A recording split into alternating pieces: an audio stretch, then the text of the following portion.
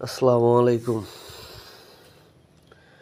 ডিমটা এখনো মাশাআল্লাহ গরম আছে, কিছুক্ষণ আগেই পারছে ফাউমি। একটা সমস্যা আছে, এরা হচ্ছে যেখানে সেখানে ডিম পারে। ওই দেখেন ডিম পারছে কোথায়, দেখছেন কোথায় ডিম পারছে,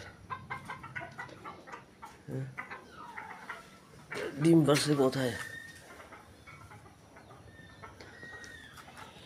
কালকে ঈদ, আজকে হচ্ছে মুরগির ঘরগুলো পরিষ্কার করতে হবে, পরিষ্কার করা প্রয়োজন, তাই সবগুলোকে ছেড়ে দিছি।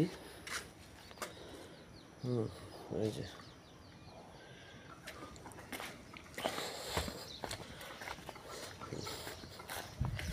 এই যে ফাউমি, এখানে দেশি মুরগির বাচ্চা আছে।